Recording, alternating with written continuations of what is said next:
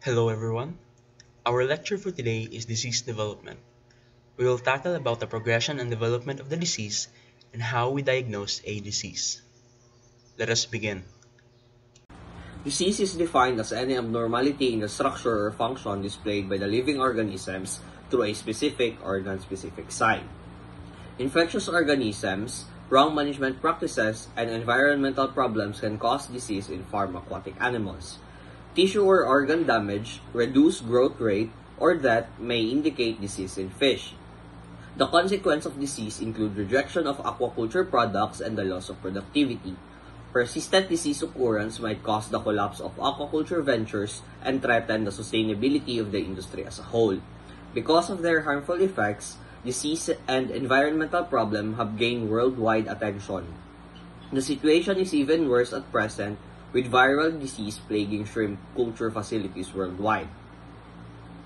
How disease develops. The development of disease in a particular aquaculture system involves several factors: the farm fish or the host, the disease-causing organism or the pathogens, and the surroundings or the environment. First, for a disease situation to exist, there should be a potential pathogen, a susceptible host, and environmental condition that bring about either increased virulence of the pathogen or decreased resistance of the host. Host. A host is a fish or any farm aquatic animals can be either resistant or susceptible to a given disease. Resistance or susceptibility of the host depends on, first, age or size of the host organism, second, species, third, defense mechanism employed, and fourth, the health of the fish including its nutritional state. Pathogens.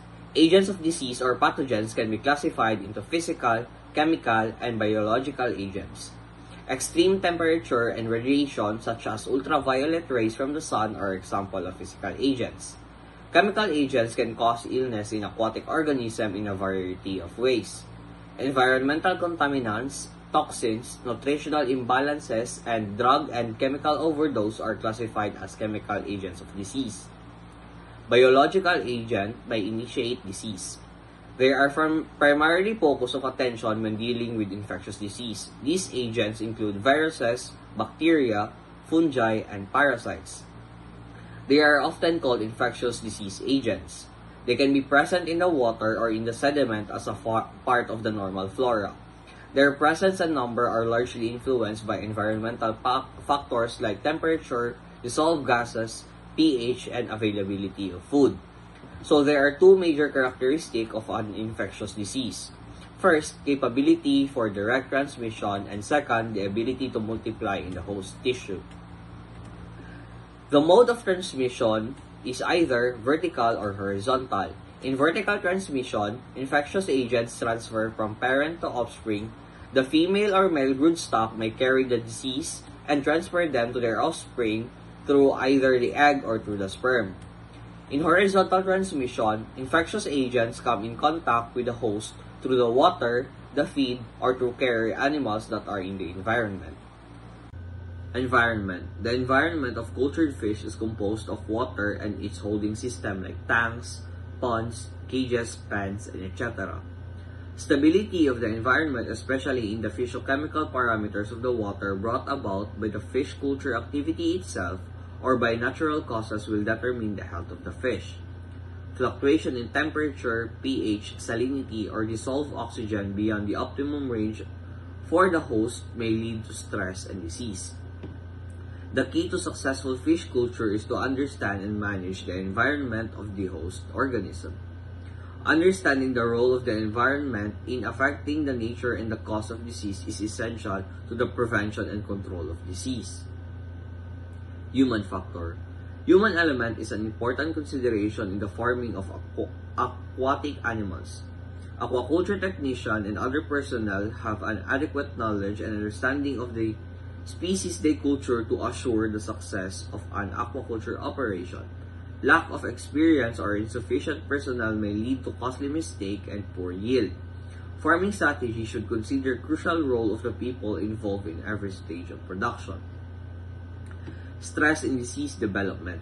Handling, overcrowding, malnutrition, or poor environmental conditions are stressful to culture fish. Stress is defined as the sum of physiological response the fish makes to maintain or regain its normal balance.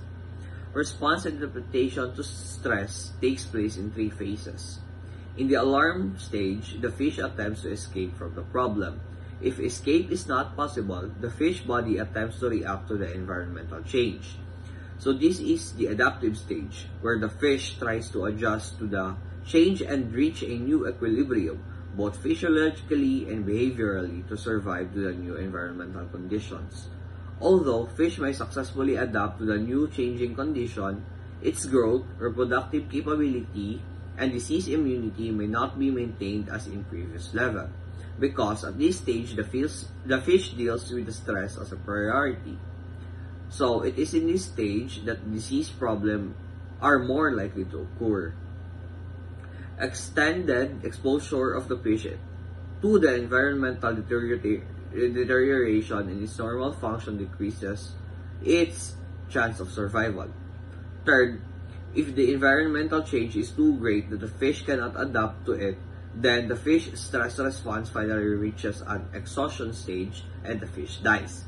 A birth change in the salinity, pH, temperature, especially at the levels beyond the animal tolerable range, causes significant stress in fish and makes them succumb to secondary infection due to opportunistic microorganisms.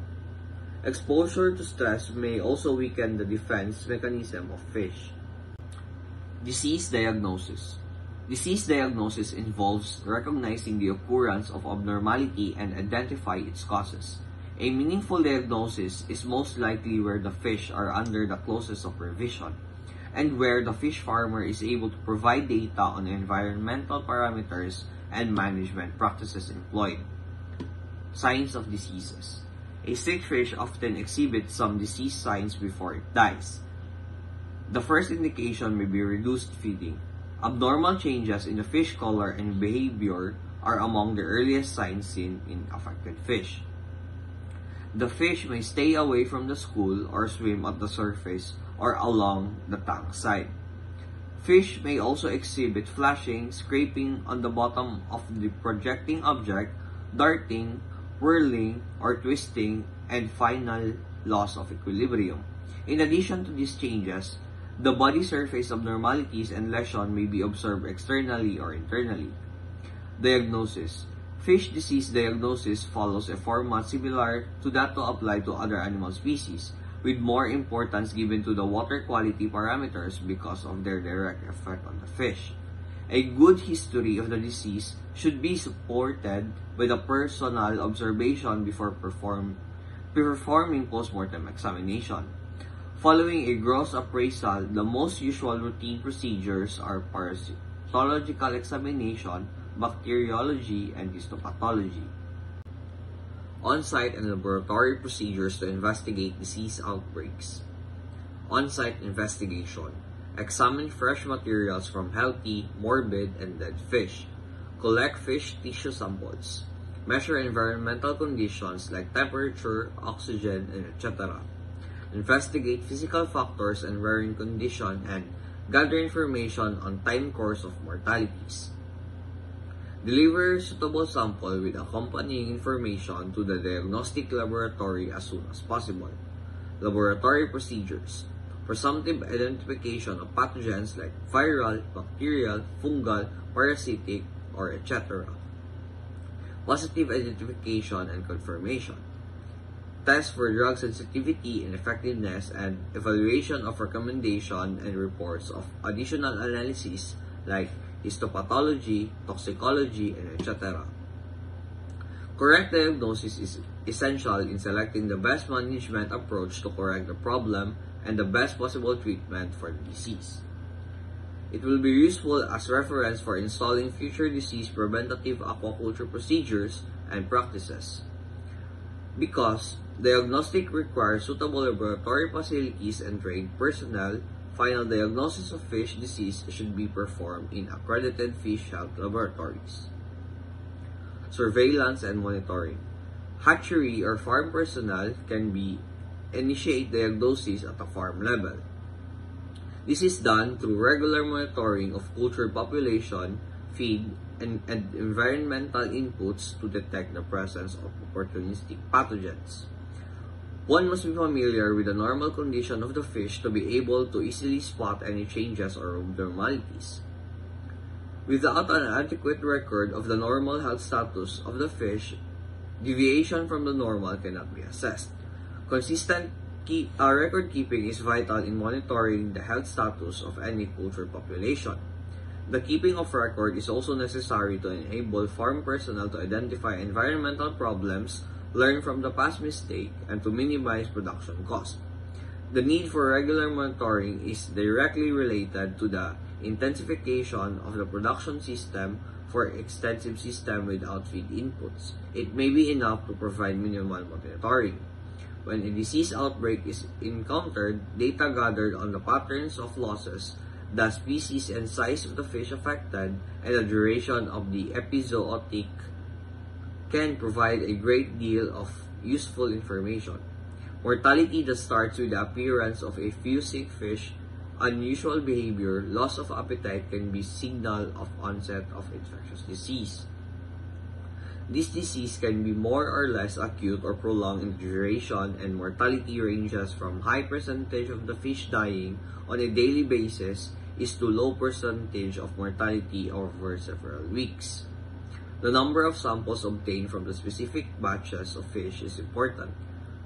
This is because adequate monitoring and diagnosis are impossible without sacrificing animals.